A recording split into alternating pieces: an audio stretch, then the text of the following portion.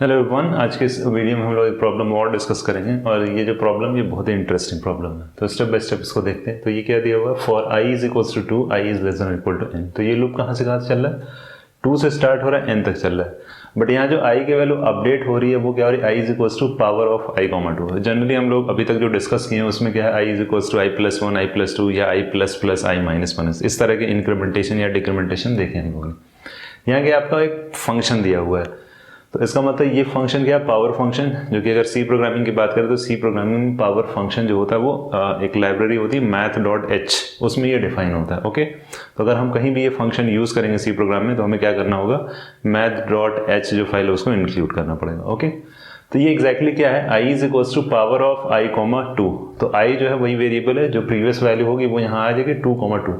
2 का मतलब ये है कि जो भी i की वैल्यू होगी उस पर पावर 2 हो जाएगा, मीन्स स्क्वायर कैलकुलेट करेंगे। अगर इसको सिंपल वर्ड में लिखें तो क्या हो जाएगा, i which is equals to i square. Okay, जो i की प्रीवियस वैल्यू होगी उसका स्क्वायर होगी, इसमें अपडेट हो जाएगा। तो अब देखते हैं इनिशियली क्या है आपकी i की वैल्यू 2 है। ओके, तो नेक्स्ट जो i की वैल्यू हो जाएगी वो क्या हो जाएगी, पावर ऑफ 2,2। ओके, i की प्रीवियस वैल्यू 2 है, 2,2 is nothing but 2 square, 2 square which is equals to 4। ये इसका मतलब है। तो यानी अभी करंट वैल्यू i की 2 है, नेक्स्ट जो वैल्यू होगी ये एग्जीक्यूट होने के बाद जब ये इंक्रीमेंट होगा तो उसकी वैल्यू क्या हो जाएगी, 4। नेक्स्ट अगर ये अपडेट हो रहा है तो क्या हो जाएगा, फिर i is equals to power of जो i की प्रीवियस वैल्यू वो क्या, 4,2 ये हो जाएगा, which is equals to 4 square nothing but 16। Okay, next value i की क्या हो जाएगी, i which is equals to power of 16,2। ये आपका 2 कांस्टेंट ही रहेगा। ओके, क्योंकि जो भी हम वैल्यू अगर यहाँ 2 की जगह 3 कर देते तो ये i टू द पावर 3 हो जाता है, लेकिन यहाँ फंक्शन में 2 है तो स्क्वायर ही कैलकुलेट हो रहा है। तो 16 क्या हो जाएगा, 16 square which is equals to 256 and so on. इस तरीके से जो है आपका i की वैल्यू अपडेट हो रही है। अगर इसको हम केयरफुली देखें तो ये क्या है आपका 2, इनिशियली क्या थी, i की वैल्यू 2 थी, नेक्स्ट क्या हुआ 2 square which is equals to 4, next क्या आपका 16। तो 16 को भी अगर 2 के पावर में लिखेंगे तो क्या आ जाएगा 2 टू द पावर 4। ओके, यहाँ आपकी i की इनिशियल वैल्यू 2 थी, 2 के बाद 2 square then 2 to the power 4, next क्या आपका 16 square which is equals to 256। अगर 256 को 2 के पावर में लिखेंगे तो क्या आएगा 2 to the power 8।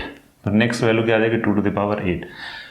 Initial value 2 थी, इसका स्क्वायर करेंगे तो 2 स्क्वायर हो जाएगा, 2 स्क्वायर का स्क्वायर करेंगे 2 टू द पावर 4, इसका स्क्वायर करेंगे तो 2 टू द पावर 8। मीन्स इस तरीके से अगर 2 टू द पावर 4 है, इसका अगर स्क्वायर कैलकुलेट करेंगे तो पावर के ऊपर पावर को मल्टीप्लाई कर देते हैं, which is nothing but 2, 4 into 2 which is 8। तो नेक्स्ट वैल्यू अगर यहाँ नेक्स्ट वैल्यू कैलकुलेट करेंगे तो क्या आ जाएगा 2 to the power 16 and so on. ये आपकी सीरीज मिले। तो यहाँ जो है 2 सब में कॉमन है, अगर इसके पावर को देखेंगे तो क्या है 1 2 4 8 16। तो ये सीरीज मिल रही। अगर इसको भी हम 2 के पावर में लिख दें तो इजी हो जाएगा इसको कैलकुलेट करना। तो 1 को लिख सकते हैं 2 टू द पावर 0, इस 1 को हमने क्या लिख दिया 2 टू द पावर 0। नेक्स्ट हो जाएगा 2 to the power 2 to the power 1। Okay, ये क्या हो जाएगा 2 to the power 2 to the power 2, right.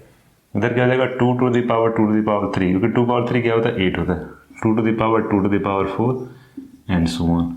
Suppose that ये हमारा लूप कब टर्मिनेट करेगा, जब i की वैल्यू ग्रेटर देन n होगी, राइट। तो kth आइटरेशन में हम ये एज्यूम कर रहे हैं कि kth आइटरेशन में ये आपका टर्मिनेट हो जा रहा है। तो इसकी वैल्यू क्या हो जाएगी 2 to the power 2 to the power k, जब इसकी वैल्यू ग्रेटर देन n होगी तो क्या होगा, ये आपका लूप टर्मिनेट कर जाएगा। तो यहाँ से k की वैल्यू फाइंड आउट करेंगे, वही इसकी कॉम्प्लेक्सिटी हो जाएगी। तो यहाँ से अगर k की वैल्यू कैलकुलेट करेंगे तो क्या आ जाएगा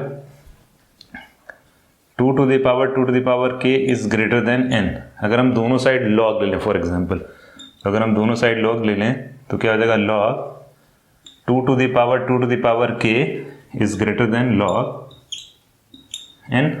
ओके, तो ये क्या है, अगर इस पूरे टर्म को 2 पावर k को हम ये एज्यूम कर ले कि ये n है और ये log m to the power n क्या होता है n log m, जो पावर में वैल्यू होती है वो log से पहले आ जाती है। तो क्या हो जाएगा यहाँ पे 2 टू द पावर k और ये क्या हो जाएगा log 2 बेस 2 हम एज्यूम कर रहे हैं, तो इसकी वैल्यू क्या हो जाएगी 1।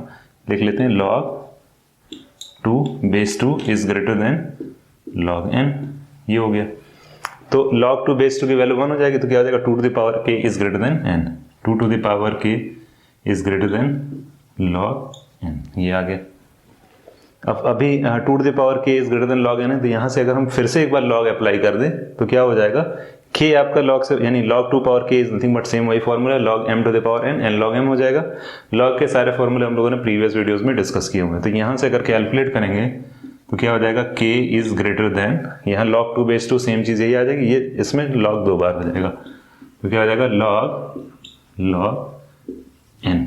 तो k is greater than log n, that means अगर इसकी हम कॉम्प्लेक्सिटी लिखेंगे तो क्या आ जाएगा, ऑर्डर ऑफ log n। तो मीन्स ये जो आपका पीस ऑफ कोड गिवन है इसकी टाइम कॉम्प्लेक्सिटी क्या आएगी, ऑर्डर ऑफ log n। तो ये तो हो गया इसकी टाइम कॉम्प्लेक्सिटी जब ये आपका अपडेशन इंक्रीमेंटेशन में है। इंक्रीमेंटेशन का मतलब इनिशियल वैल्यू 2 थी, next 4, then 16, then 256 and so on. अगर हमें रिवर्स ऑर्डर में है, दैट मीन्स डिक्रीमेंट ऑपरेटर लिखना हो, डिक्रीमेंटेशन लूप लिखना हो, तो कहाँ से स्टार्ट करेंगे, मैं यहाँ लिख रहा हूँ, ओके। फॉर यानी इस पर्टिकुलर पीस ऑफ कोड पे हम क्या लिख देंगे, फॉर कहाँ से कहाँ तक जा रहे हैं, 2 से n तक। अब n से हमें 2 तक आना पड़ेगा।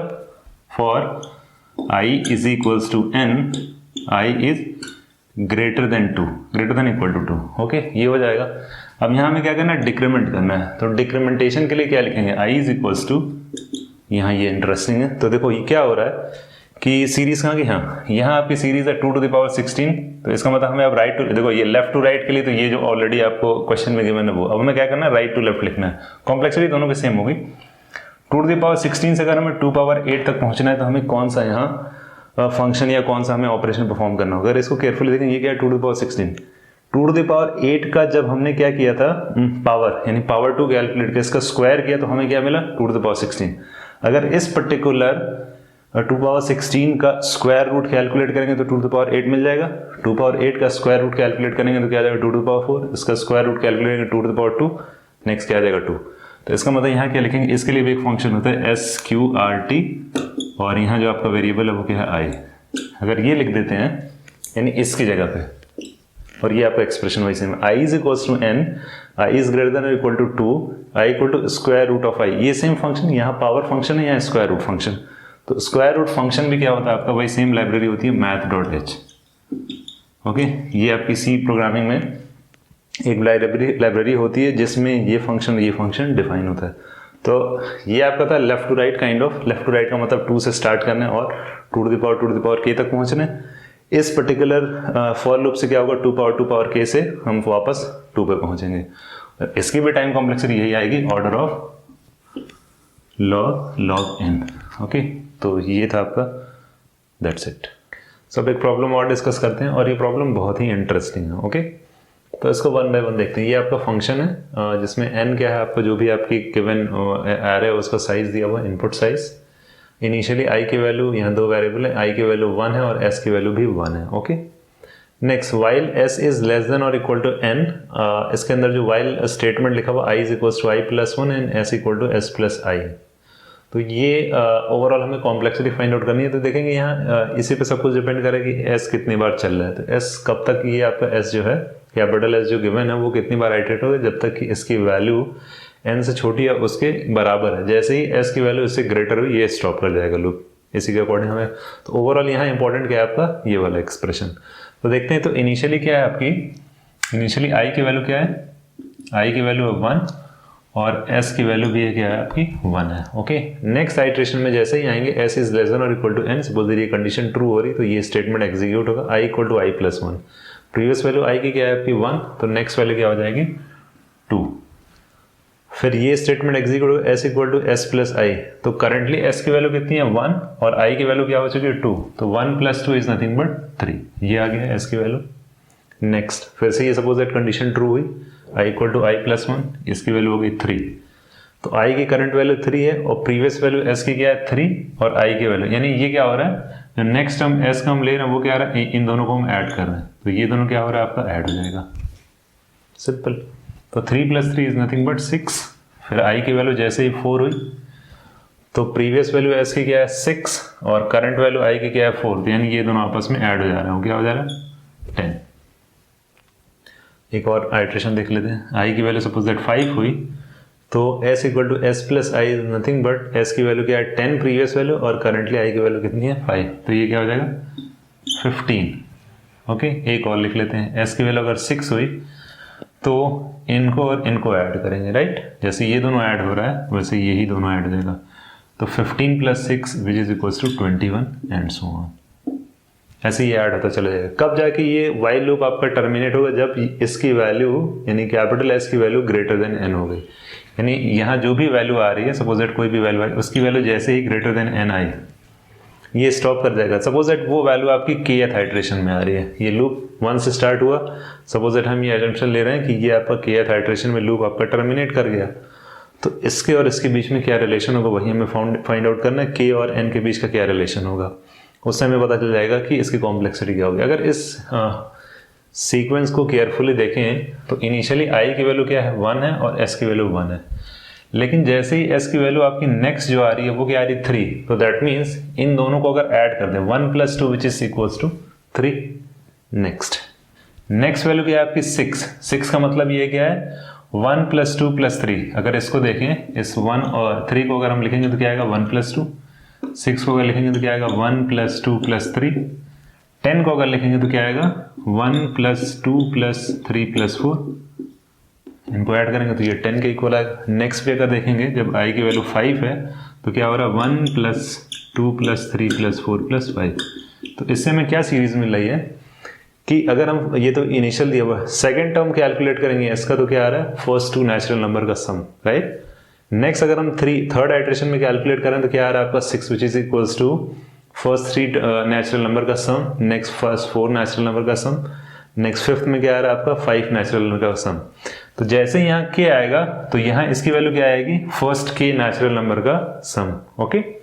तो k नेचुरल नंबर्स का सम का फॉर्मूला क्या हो जाएगा k + 1 divided by 2 is greater than n। यानी यहाँ जो आपकी s की वैल्यू आ रही है वो क्या आएगी k + 1 divided by 2 is greater than n। यहाँ से अगर k की वैल्यू अगर इन दोनों को मल्टीप्लाई करेंगे, लीडिंग टर्म क्या आ रहा है k² is greater than n, तो k की वैल्यू क्या हो जाएगी बिग ऑफ √n। तो इस पर्टिकुलर एल्गोरिथम की टाइम कॉम्प्लेक्सिटी क्या आ जाएगी बिग ऑफ √n। बस हमें क्या करना होगा, जो भी आइट्रेशन गिवन होंगे उसको केयरफुली एनालाइज करना होता है कि क्या सीक्वेंस बन रहा है। कोई ना कोई पैटर्न आपको मिल जाएगा, उस पैटर्न को समझना होगा, उसी के अकॉर्डिंग हमें क्या करना होगा, ये एक्सप्रेशन फाइंड आउट करके ओवरऑल हमें टाइम कॉम्प्लेक्सिटी कैलकुलेट करनी होगी।